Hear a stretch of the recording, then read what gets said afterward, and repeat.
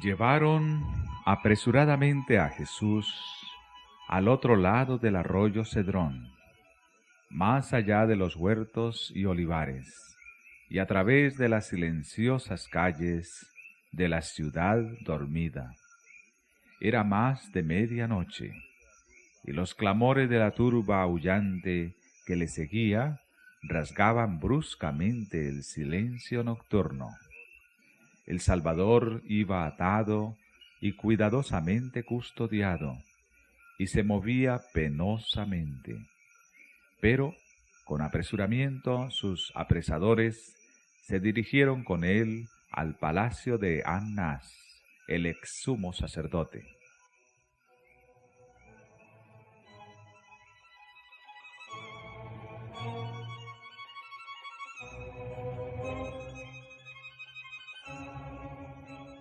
Anás era cabeza de la familia sacerdotal en ejercicio, y por deferencia a su edad, el pueblo lo reconocía como sumo sacerdote. A él debía ser presentado primero Jesús como cautivo del poder sacerdotal. Él debía estar presente al ser examinado el preso, por temor a que Caifás, hombre de menos experiencia, no lograse el objeto que buscaban. En esta ocasión, había que valerse de la artería y sutileza de Anás, porque había que obtener sin falta la condenación de Jesús.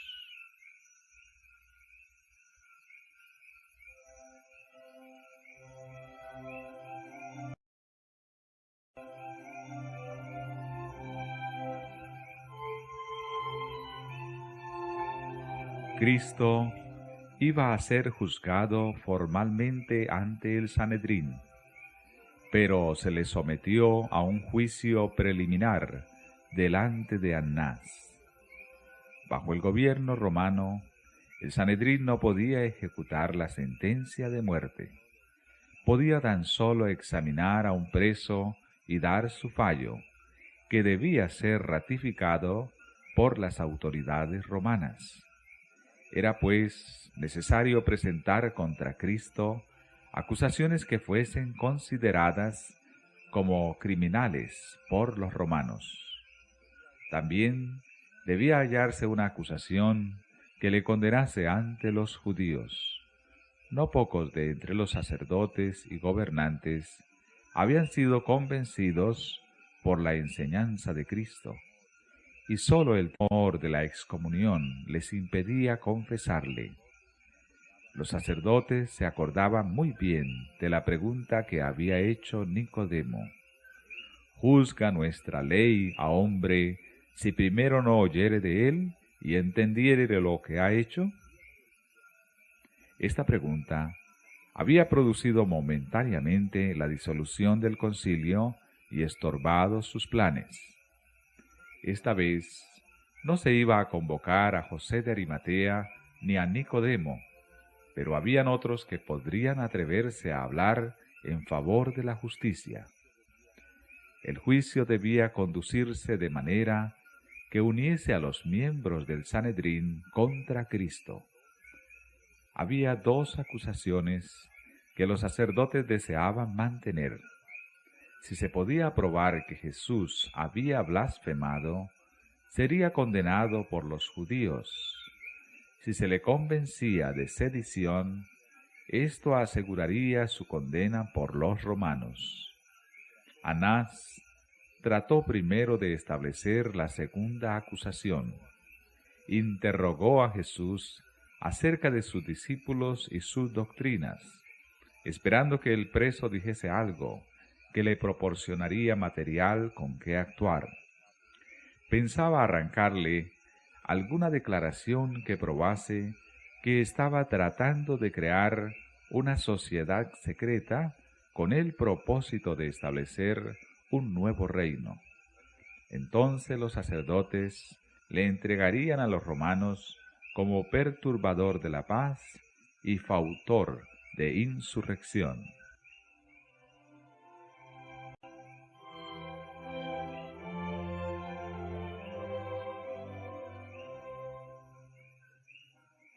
Cristo leía el propósito del sacerdote como un libro abierto, como si discerniese el más íntimo pensamiento de su interrogador.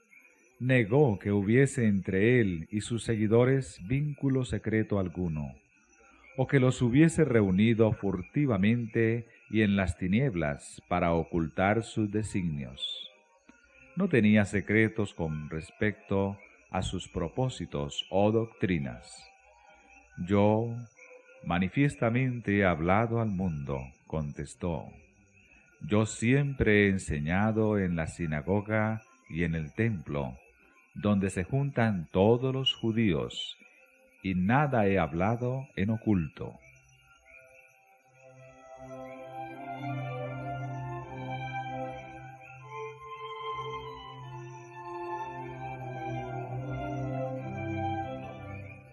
El Salvador puso en contraste su propia manera de obrar con los métodos de sus acusadores.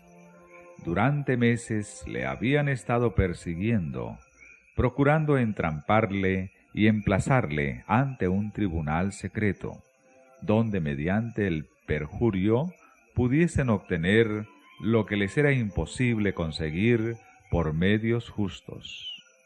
Ahora estaban llevando a cabo su propósito: el arresto a medianoche por una turba, las burlas y los ultrajes que se le infligieron antes que fuese condenado o siquiera acusado, eran la manera de actuar de ellos y no de él. Su acción era una violación de la ley. Sus propios reglamentos declaraban que todo hombre debía ser tratado como inocente hasta que su culpabilidad fuese probada. Por sus propios reglamentos, los sacerdotes estaban condenados.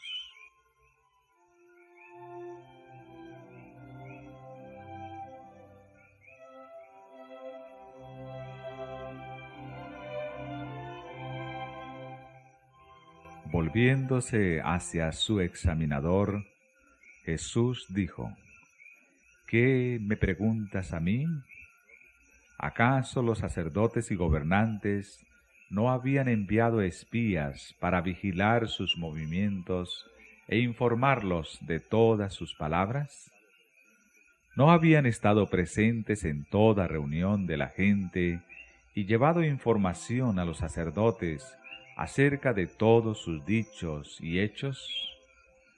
Pregunta a los que han oído, ¿qué les haya yo hablado? Replicó Jesús. He aquí, esos saben lo que yo he dicho.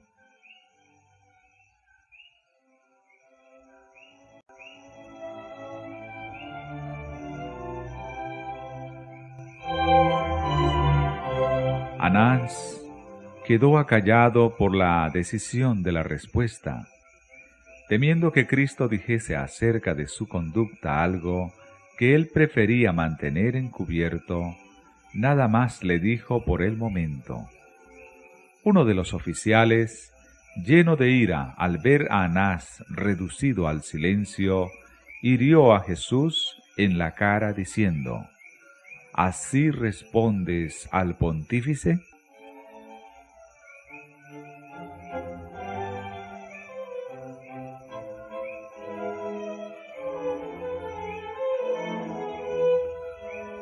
Cristo replicó serenamente: si he hablado mal, da testimonio del mal, y si bien, ¿por qué me hieres? No pronunció hirientes palabras de represalia. Su serena respuesta brotó de un corazón sin pecado, paciente y amable, a prueba de provocación.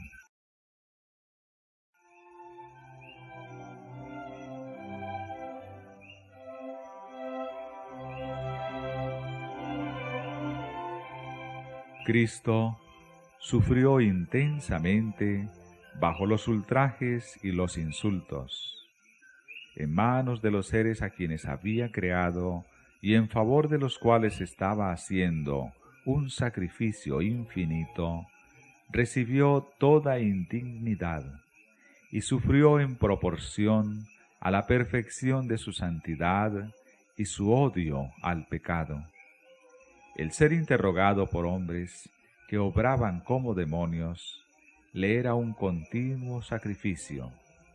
El estar rodeado por seres humanos bajo el dominio de Satanás le repugnaba, y sabía que en un momento, con un fulgor de su poder divino, podía postrar en el polvo a sus crueles atormentadores. Esto le hacía tanto más difícil soportar la prueba.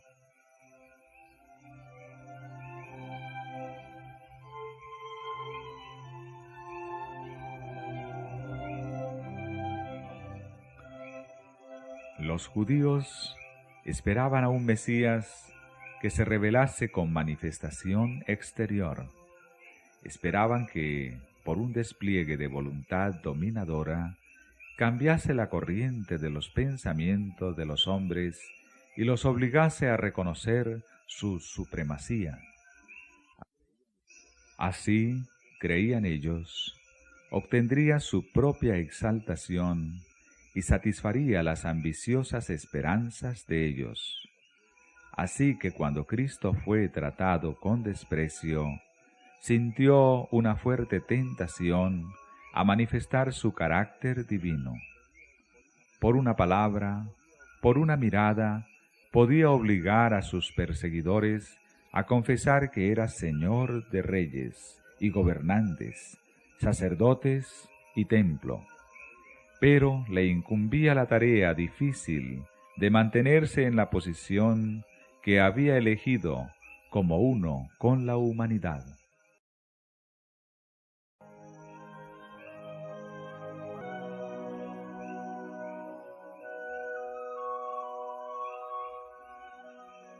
Los ángeles del cielo presenciaban todo movimiento hecho contra su amado general. Anhelaban librar a Cristo. Bajo las órdenes de Dios, los ángeles son todopoderosos.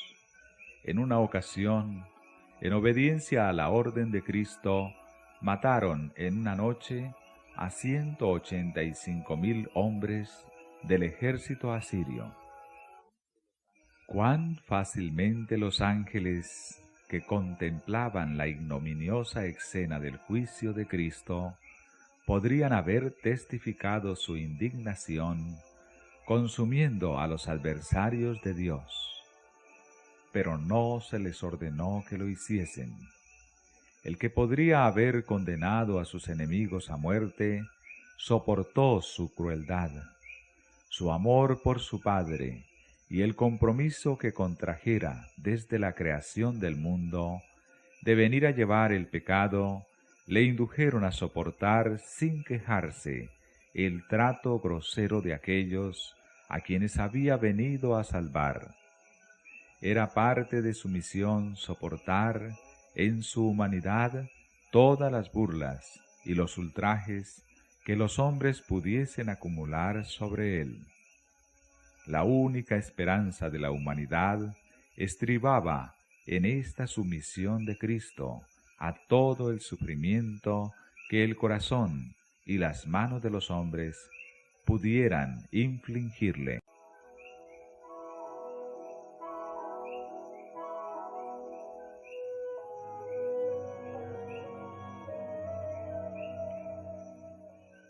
Nada había dicho Cristo que pudiese dar ventaja a sus acusadores, y sin embargo estaba atado para indicar que estaba condenado.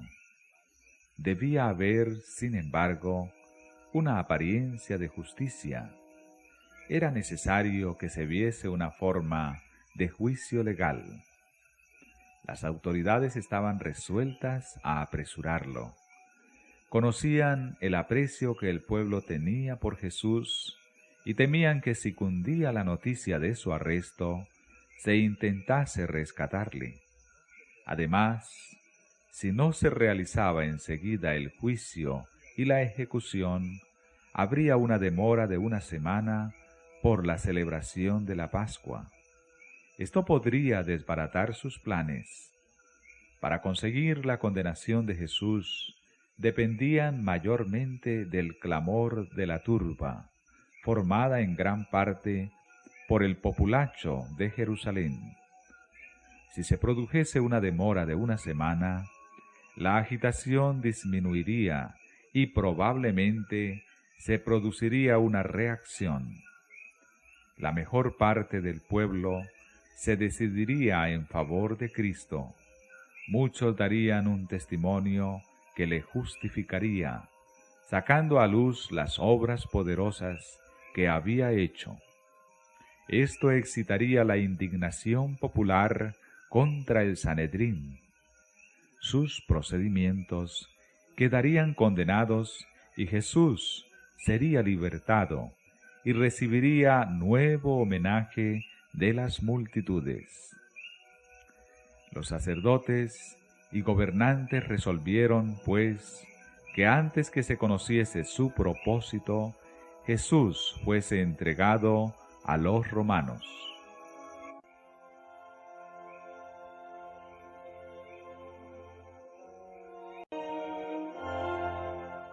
Pero ante todo, había que hallar una acusación. Hasta aquí nada habían ganado. Anás ordenó que Jesús fuese llevado a Caifás.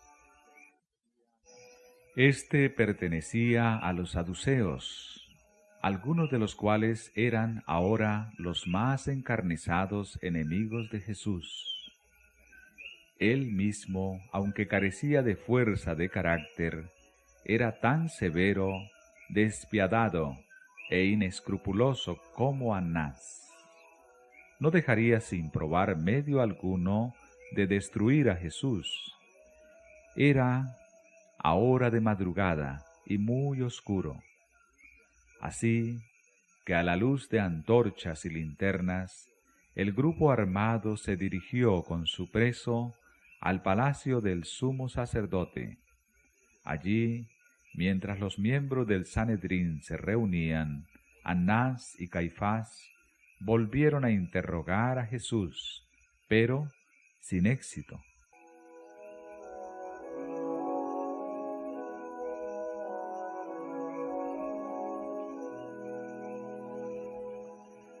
Cuando el concilio se hubo congregado en la sala del tribunal, Caifás tomó asiento como presidente. A cada lado estaban los jueces y los que estaban especialmente interesados en el juicio. Los soldados romanos se hallaban en la plataforma situada más abajo que el solio a cuyo pie estaba Jesús. En él se fijaban las miradas de toda la multitud. La excitación era intensa. En toda la muchedumbre, él era el único que sentía calma y serenidad. La misma atmósfera que le rodeaba parecía impregnada de influencia santa.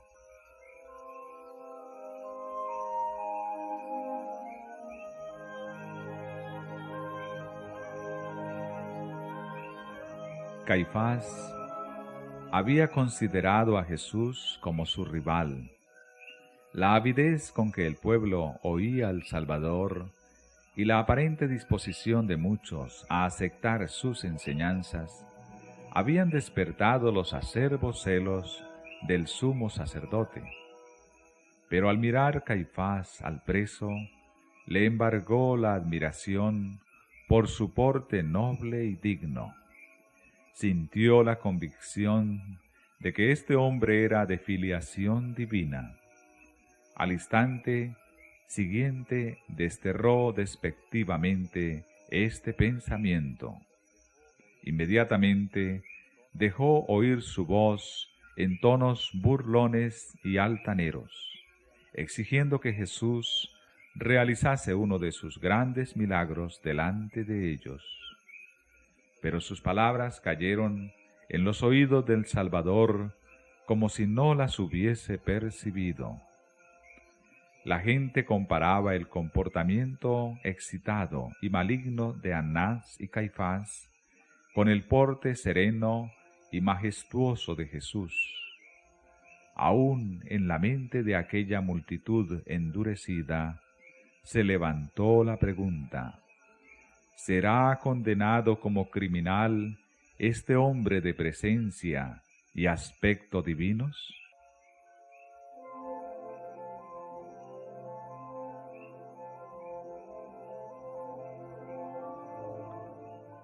Al percibir Caifás la influencia que reinaba, apresuró el examen.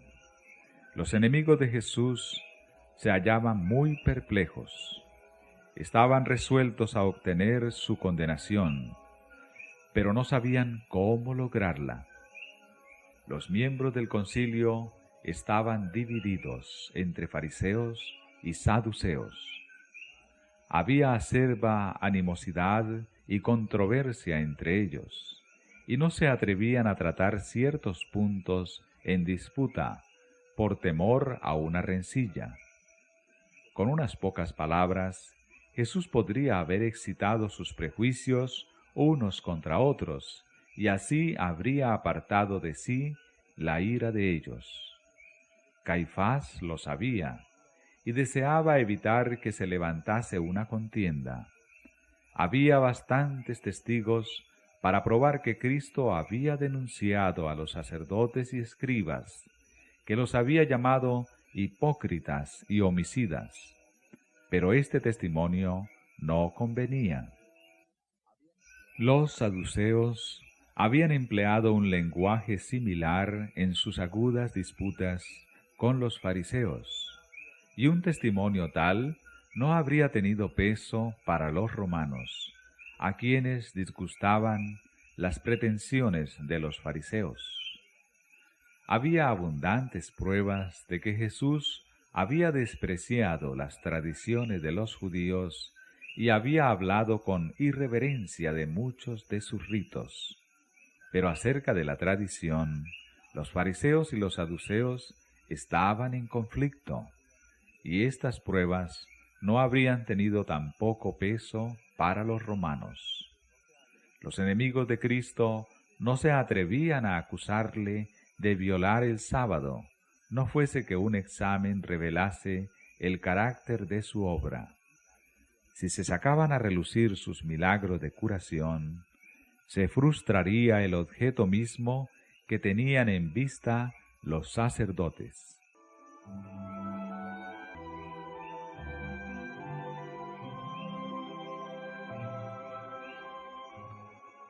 Habían sido sobornados falsos testigos para que acusasen a Jesús de incitar a la rebelión y de procurar establecer un gobierno separado. Pero su testimonio resultaba vago y contradictorio. Bajo el examen, desmentían sus propias declaraciones.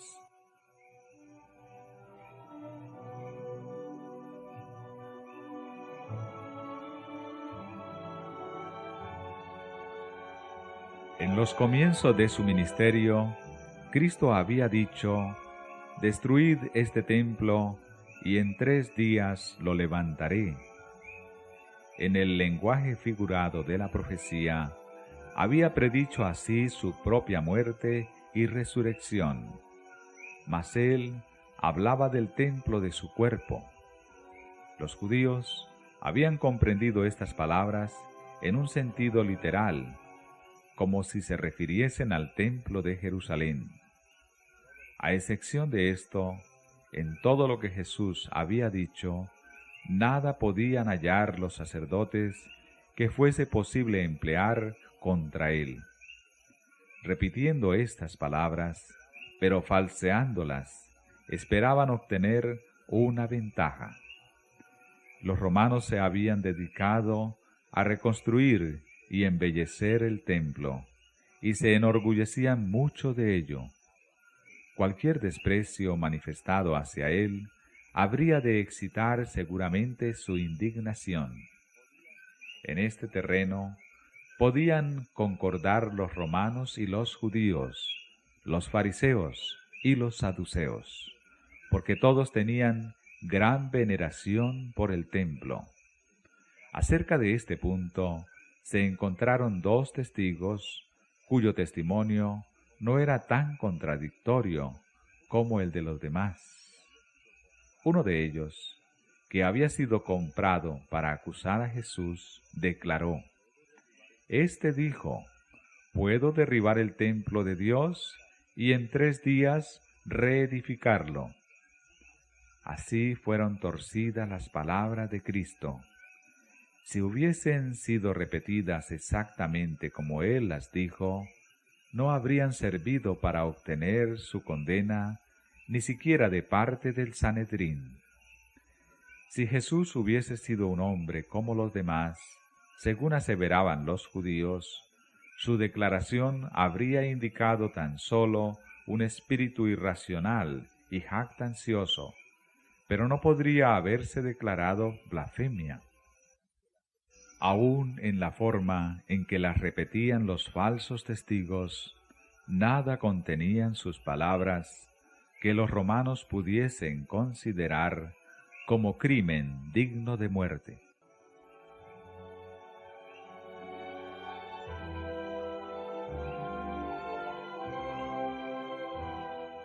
Pacientemente Jesús escuchaba los testimonios contradictorios. Ni una sola palabra pronunció en su defensa.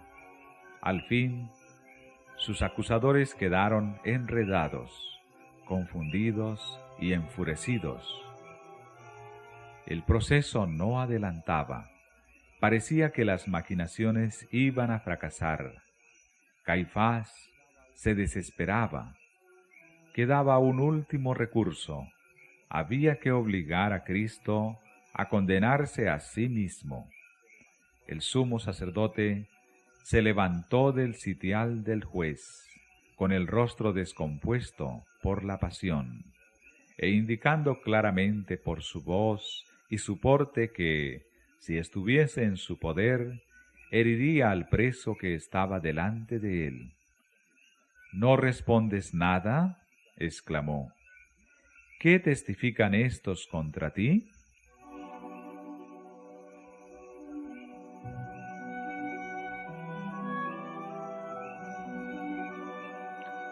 Jesús guardó silencio. Angustiado él y afligido, no abrió su boca. Como cordero fue llevado al matadero, y como oveja delante de sus trasquiladores, enmudeció y no abrió su boca.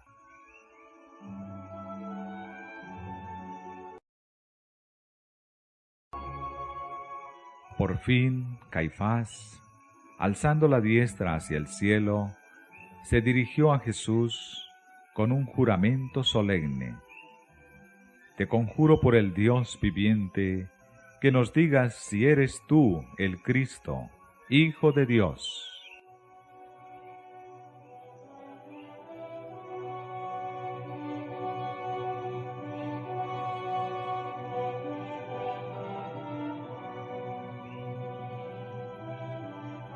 Cristo no podía callar ante esta demanda. Había tiempo en que debía callar y tiempo en que debía hablar. No habló hasta que se le interrogó directamente. Sabía que el contestar ahora aseguraría su muerte, pero la demanda provenía de la más alta autoridad reconocida en la nación y en el nombre del Altísimo. Cristo no podía menos que demostrar el debido respeto a la ley. Más que esto, su propia relación con el Padre había sido puesta en tela de juicio. Debía presentar claramente su carácter y su misión.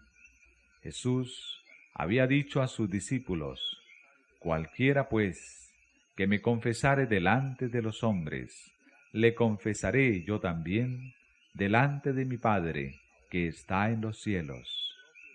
Ahora, por su propio ejemplo, repitió la lección.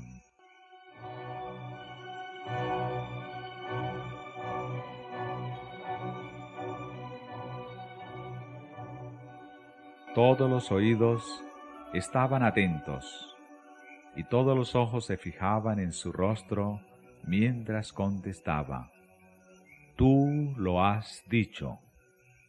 Una luz celestial parecía iluminar su semblante pálido mientras añadía: Y aún os digo que desde ahora habéis de ver al Hijo del Hombre sentado a la diestra de la potencia de Dios, y que viene en las nubes del cielo.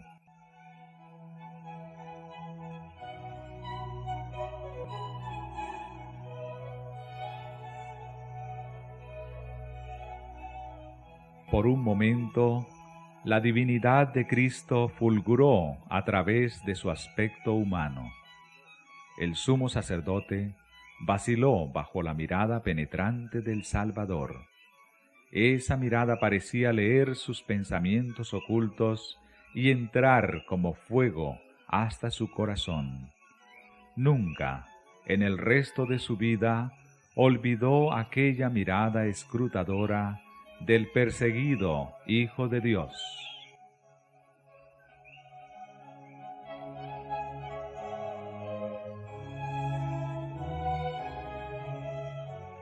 Desde ahora, dijo Jesús, habéis de ver al Hijo del Hombre sentado a la diestra de la potencia de Dios, y que viene en las nubes del cielo. Con estas palabras, Cristo presentó el reverso de la escena que ocurría entonces. Él, el Señor de la vida y la gloria, estaría sentado a la diestra de Dios. Sería el juez de toda la tierra, y su decisión sería inapelable. Entonces, toda cosa secreta estaría expuesta a la luz del rostro de Dios, y se pronunciaría el juicio sobre todo hombre, según sus hechos.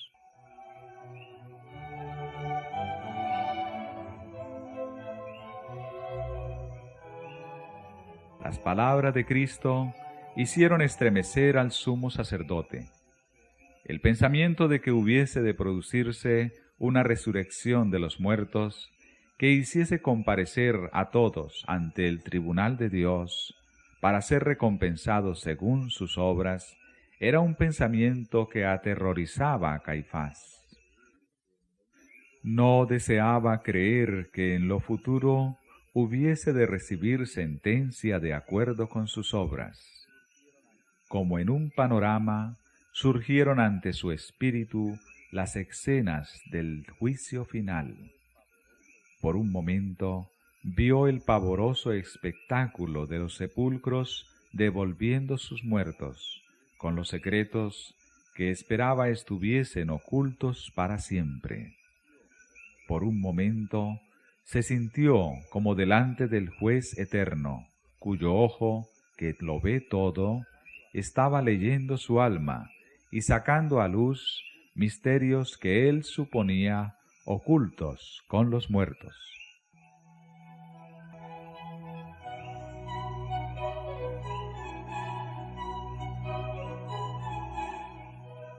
La escena se desvaneció de la visión del sacerdote.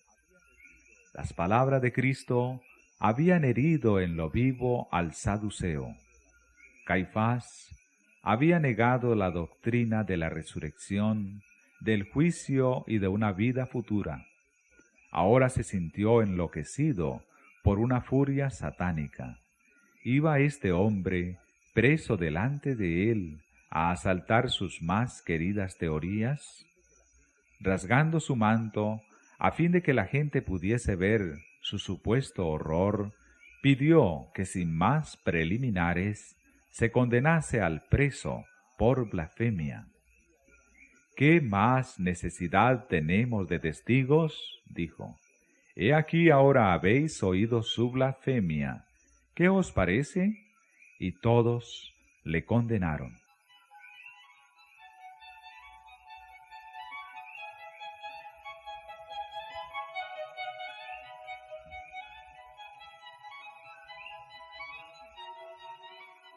La convicción mezclada con la pasión había inducido a Caifás a obrar como había obrado. Estaba furioso consigo mismo por creer las palabras de Cristo, y en vez de rasgar su corazón bajo un profundo sentimiento de la verdad y confesar que Jesús era el Mesías, rasgó sus ropas sacerdotales en resuelta resistencia. Este acto tenía profundo significado. Poco lo comprendía Caifás.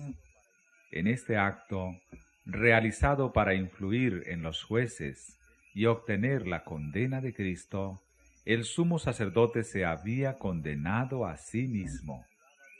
Por la ley de Dios, quedaba descalificado para el sacerdocio. Había pronunciado sobre sí mismo la sentencia de muerte.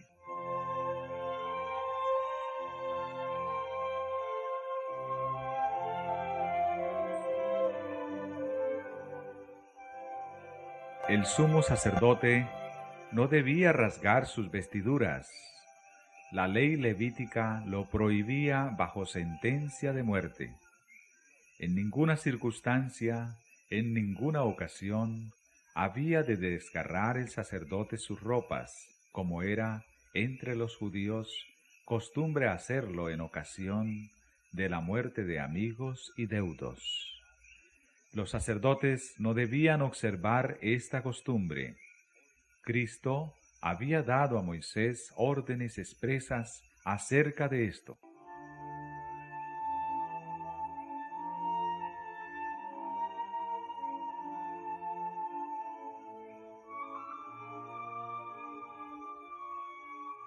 Todo lo que llevaba el sacerdote había de ser entero y sin defecto. Estas hermosas vestiduras oficiales representaban el carácter del gran prototipo, Jesucristo. Nada que no fuese perfecto en la vestidura y la actitud, en las palabras y el espíritu, podía ser aceptable para Dios. Él es santo, y su gloria y perfección deben ser representadas por el servicio terrenal. Nada que no fuese la perfección podía representar debidamente el carácter sagrado del servicio celestial. El hombre finito podía rasgar su propio corazón mostrando un espíritu contrito y humilde. Dios lo discernía. Pero ninguna desgarradura debía ser hecha en los mantos sacerdotales, porque esto mancillaría la representación de las cosas celestiales. El sumo sacerdote, que se atrevía a comparecer en santo oficio y participar en el ministerio del santuario con ropas rotas, era considerado como separado de Dios. Al rasgar sus vestiduras, se privaba de su carácter representativo y cesaba de ser acepto para Dios como sacerdote oficiante. Esta conducta de Caifás demostraba, pues, la pasión e imperfección humanas. Al rasgar sus vestiduras, Caifás anulaba la ley de Dios, para seguir la tradición de los hombres.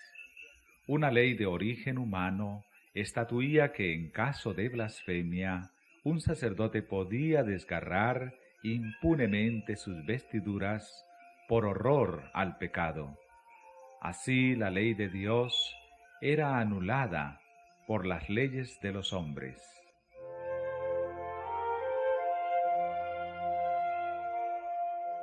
Cada acción del sumo sacerdote era observada con interés por el pueblo, y Caifás pensó ostentar así su piedad para impresionar. Pero en este acto, destinado a acusar a Cristo, estaba vilipendiando a aquel de quien Dios había dicho: «Mi nombre está en él». Él mismo estaba cometiendo blasfemia. Estando él mismo bajo la condenación de Dios, pronunció sentencia contra Cristo como blasfemo.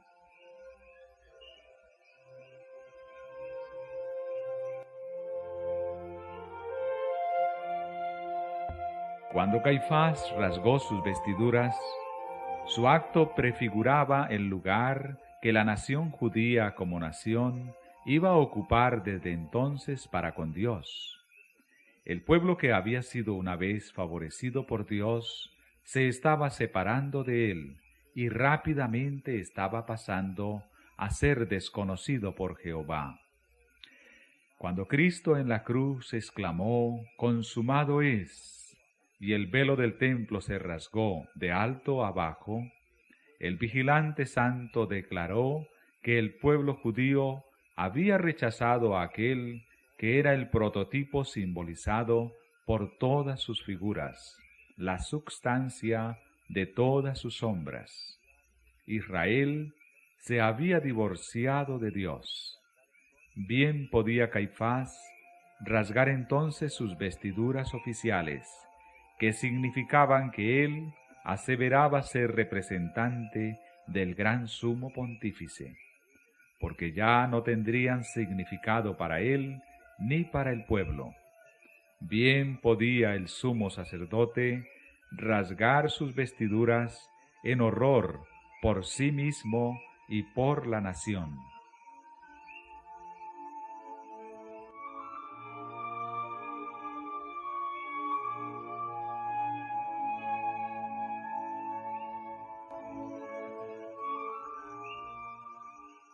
El Sanedrín había declarado a Jesús digno de muerte, pero era contrario a la ley judaica juzgar a un preso de noche. Un fallo legal no podía pronunciarse sino a la luz del día y ante una sesión plenaria del concilio.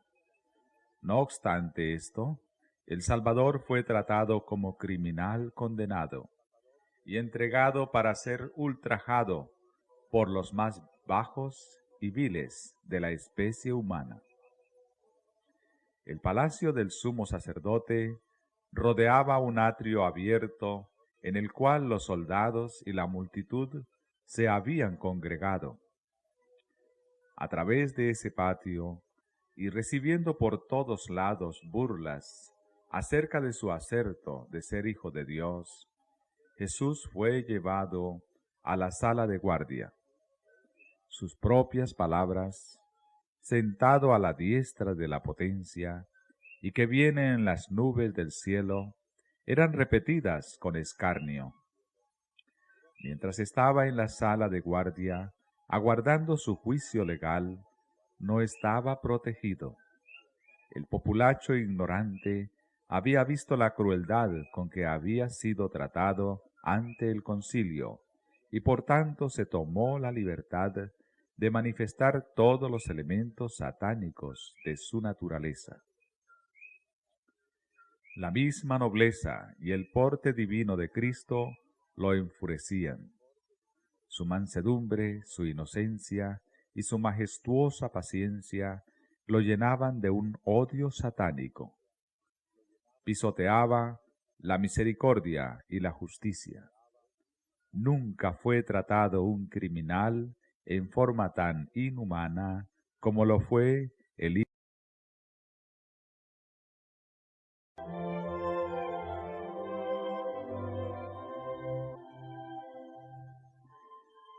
Pero una angustia más intensa desgarraba el corazón de Jesús. Ninguna mano enemiga podría haberle asestado el golpe que le infligió su dolor más profundo. Mientras estaba soportando las burlas de un examen delante de Caifás, Cristo había sido negado por uno de sus propios discípulos.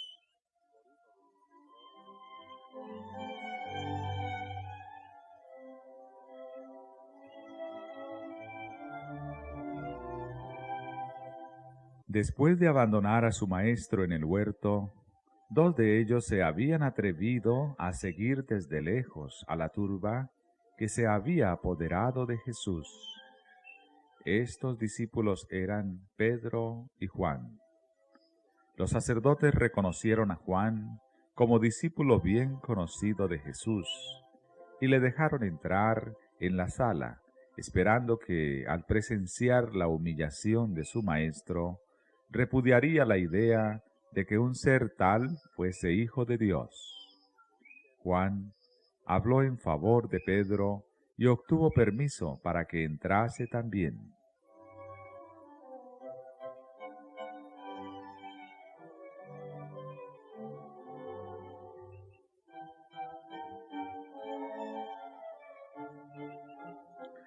En el atrio se había encendido un fuego, porque era la hora más fría de la noche, precisamente antes del alba.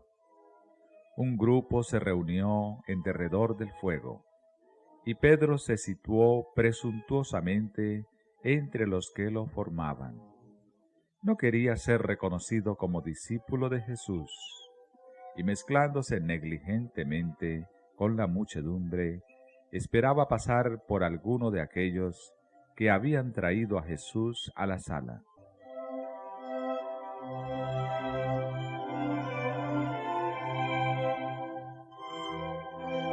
Pero, al resplandecer la luz sobre el rostro de Pedro, la mujer que cuidaba la puerta le echó una mirada escrutadora. Ella había notado que había entrado con Juan. Observó el aspecto de abatimiento que había en su cara y pensó que sería un discípulo de Jesús. Era una de las criadas de la casa de Caifás y tenía curiosidad por saber si estaba en lo cierto. Dijo a Pedro: ¿No eres tú también de los discípulos de este hombre? Pedro se sorprendió y confundió. Al instante, todos los ojos del grupo se fijaron en él. Él hizo como que no la comprendía, pero ella insistió y dijo a los que la rodeaban que ese hombre estaba con Jesús. Pedro se vio obligado a contestar y dijo airadamente: «Mujer, no le conozco». Esta era la primera negación, e inmediatamente el gallo cantó. «Oh Pedro, ¿tan pronto te avergüenzas de tu maestro? ¿Tan pronto niegas a tu Señor?»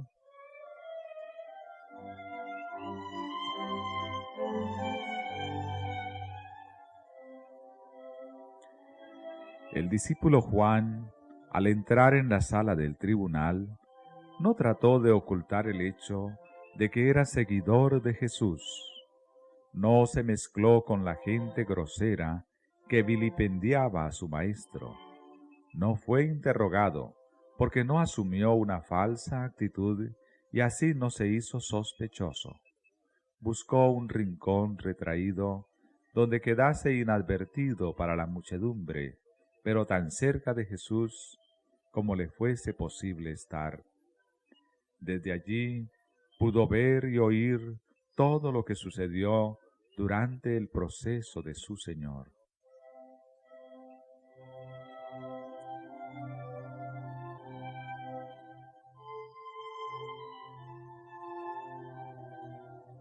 Pedro no había querido que fuese conocido su verdadero carácter. Al asumir un aire de indiferencia, se había colocado en el terreno del enemigo y había caído fácil presa de la tentación. Si hubiese sido llamado a pelear por su maestro, habría sido un soldado valeroso. Pero cuando el dedo del escarnio le señaló, se mostró cobarde. Muchos que no rehuyen una guerra activa por su Señor son impulsados por el ridículo a negar su fe. Asociándose con aquellos a quienes debieran evitar, se colocan en el camino de la tentación. Invitan al enemigo a tentarlos y se ven inducidos a decir y a hacer lo que nunca harían en otras circunstancias. El discípulo de Cristo, que en nuestra época disfraza su fe por temor a sufrir oprobio, niega a su Señor tan realmente como lo negó Pedro en la sala del tribunal.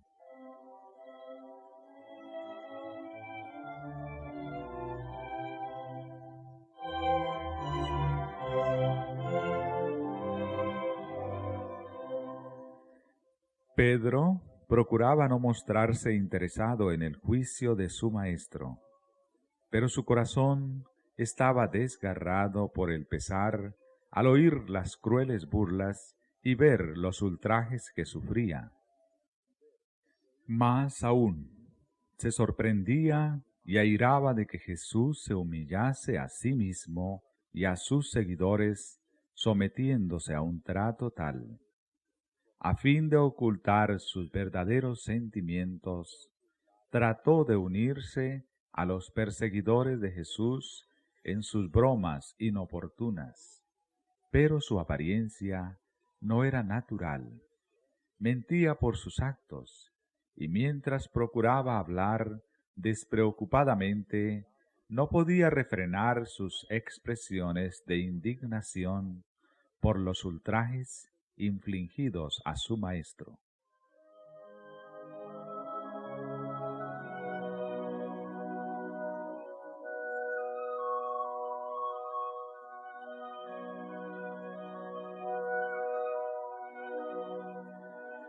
La atención fue atraída a él por segunda vez, y se le volvió a acusar de ser seguidor de Jesús.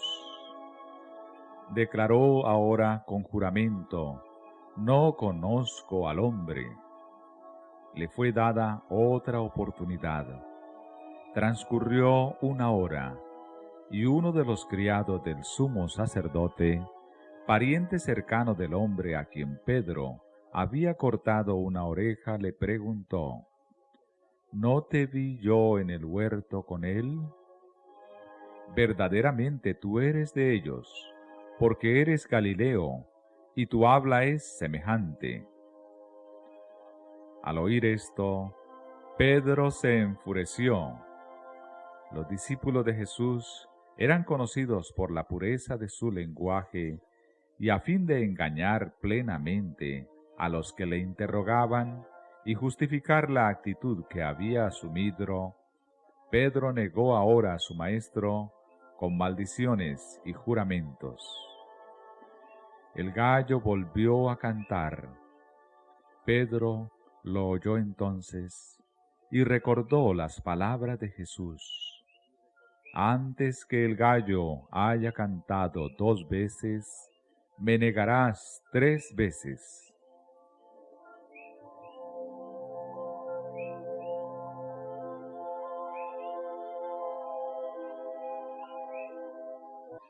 Mientras los juramentos envilecedores estaban todavía en los labios de Pedro y el agudo canto del gallo repercutía en sus oídos, el Salvador se desvió de sus ceñudos jueces y miró de lleno a su pobre discípulo.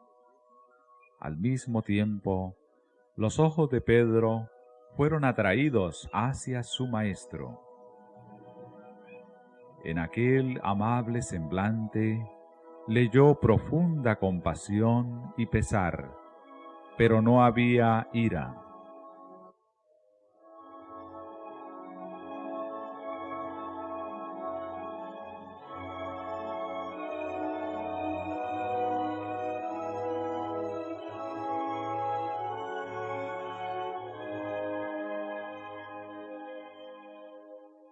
Al ver ese rostro pálido y doliente, esos labios temblorosos, esa mirada de compasión y perdón, su corazón fue atravesado como por una flecha.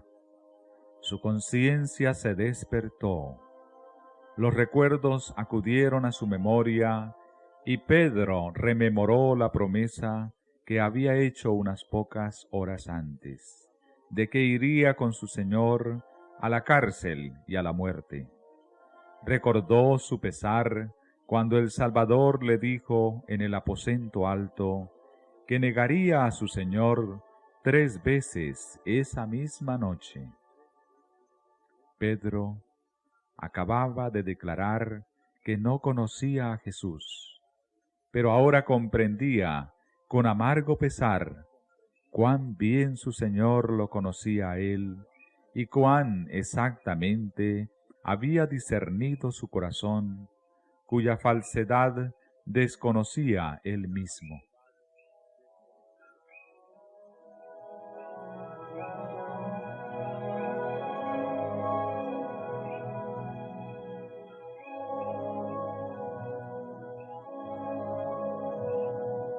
Una oleada de recuerdos le abrumó. La tierna misericordia del Salvador, su bondad y longanimidad, su amabilidad y paciencia para con sus discípulos tan llenos de yerros, lo recordó todo. También recordó la advertencia: Simón, Simón, he aquí Satanás os ha pedido para zarandearos como a trigo, mas yo he rogado por ti, que tu fe no falte.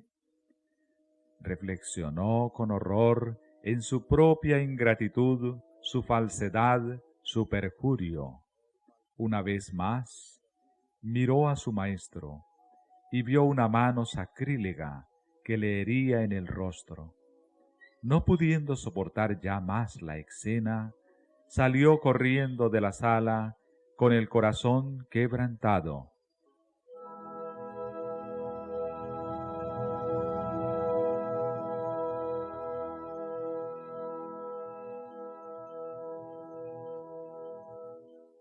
Siguió corriendo en la soledad y las tinieblas, sin saber ni querer saber a dónde.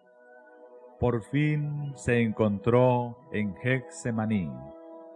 Su espíritu evocó vívidamente la escena ocurrida algunas horas antes.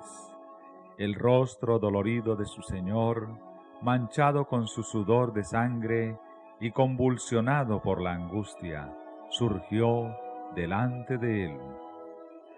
Recordó con amargo remordimiento que Jesús había llorado y agonizado en oración solo, mientras que aquellos que debieran haber estado unidos con él en esa hora penosa estaban durmiendo. Recordó su solemne encargo: velad y orad, para que no entréis en tentación. Volvió a presenciar la escena de la sala del tribunal. Torturaba su sangrante corazón el saber que había añadido él la carga más pesada a la humillación y el dolor del Salvador. En el mismo lugar donde Jesús había derramado su alma agonizante ante su Padre, cayó Pedro sobre su rostro y deseó morir.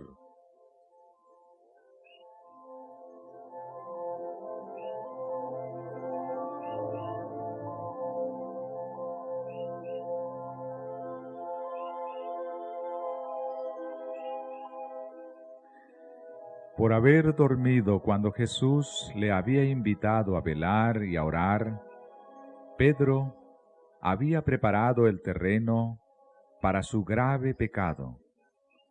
Todos los discípulos, por dormir en esa hora crítica, sufrieron una gran pérdida. Cristo conocía la prueba de fuego por la cual iban a pasar. Sabía cómo iba a obrar Satanás para paralizar sus sentidos, a fin de que no estuviesen preparados para la prueba. Por lo tanto, los había amonestado. Si hubiesen pasado en vigilia y oración aquellas horas transcurridas en el huerto, Pedro no habría tenido que depender de su propia y débil fuerza. No habría negado a su Señor. Si los discípulos hubiesen velado con Cristo en su agonía, habrían estado preparados para contemplar sus sufrimientos en la cruz. Habrían comprendido en cierto grado la naturaleza de su angustia abrumadora. Habrían podido recordar sus palabras que predecían sus sufrimientos, su muerte y su resurrección. En medio de la lobreguez de la hora más penosa, algunos rayos de luz habrían iluminado las tinieblas y sostenido su fe.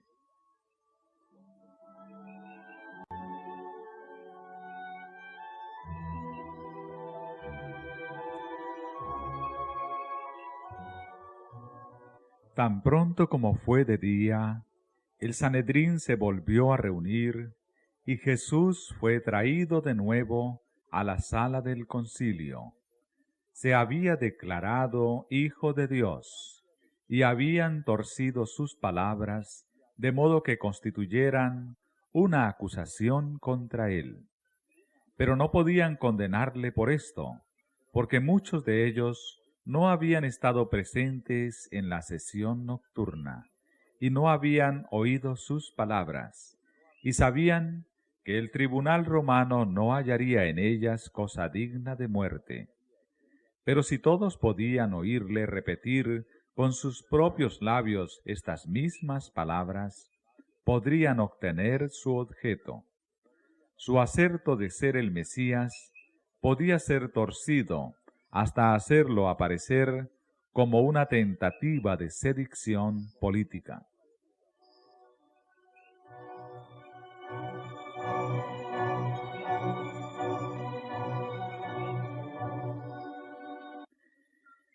¿Eres tú el Cristo?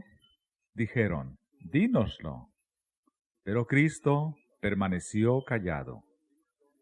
Continuaron acosándole con preguntas. Al fin, con acento de la más profunda tristeza, respondió, si os lo dijere, no creeréis, y también si os preguntare, no me responderéis, ni me soltaréis. Pero a fin de que quedasen sin excusa, añadió la solemne advertencia, mas después de ahora, el Hijo del Hombre se asentará a la diestra de la potencia de Dios.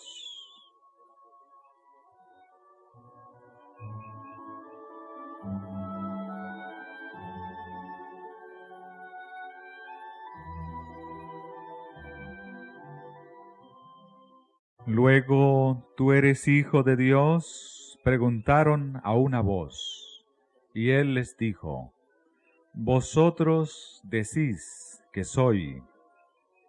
Clamaron entonces, ¿qué más testimonio deseamos? Porque nosotros lo hemos oído de su boca.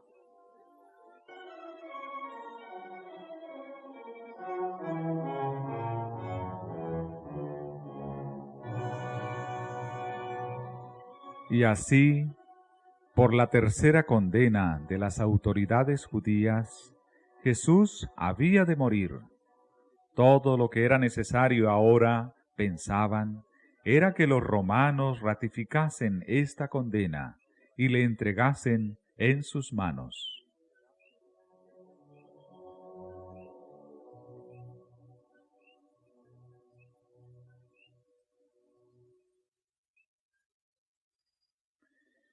Entonces se produjo la tercera escena de ultrajes y burlas, peores aún que las infligidas por el populacho ignorante.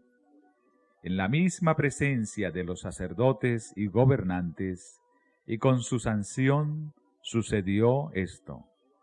Todo sentimiento de simpatía o humanidad se había apagado en su corazón. Si bien sus argumentos eran débiles y no lograban acallar la voz de Jesús, tenían otras armas, como las que en toda época se han usado para hacer callar a los herejes: el sufrimiento, la violencia y la muerte.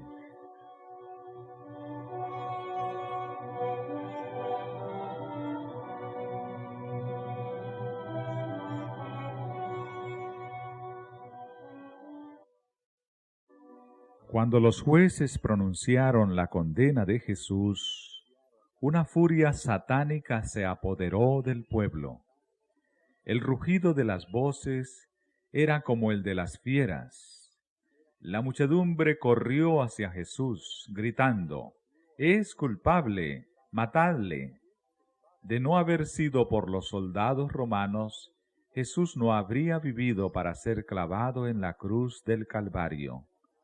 Habría sido despedazado delante de sus jueces, si no hubiese intervenido la autoridad romana y, por la fuerza de las armas, impedido la violencia de la turba.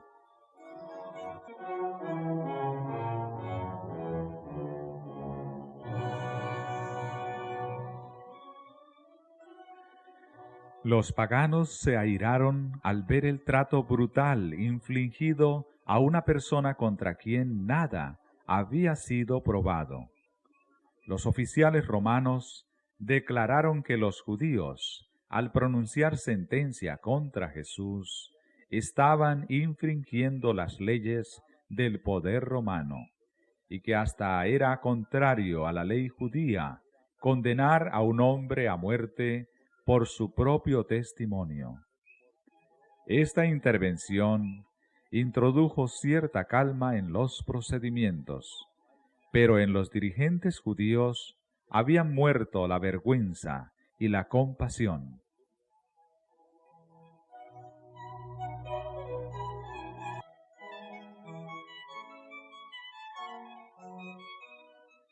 Los sacerdotes y gobernantes se olvidaron de la dignidad de su oficio y ultrajaron al Hijo de Dios con epítetos obscenos. Le escarnecieron acerca de su parentesco y declararon que su acerto de proclamarse el Mesías le hacía merecedor de la muerte más ignominiosa. Los hombres más disolutos sometieron al Salvador a ultrajes infames. Se le echó un viejo manto sobre la cabeza y sus perseguidores le herían en el rostro, diciendo: «Profetízanos tú, Cristo, ¿quién es el que te ha herido?». Cuando se le quitó el manto, un pobre miserable le escupió en el rostro.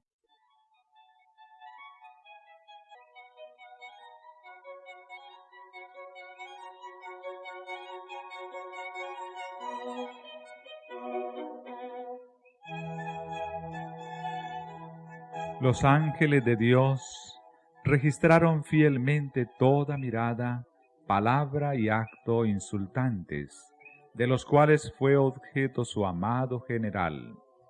Un día, los hombres viles que escarnecieron y escupieron el rostro sereno y pálido de Cristo, mirarán aquel rostro en su gloria, más resplandeciente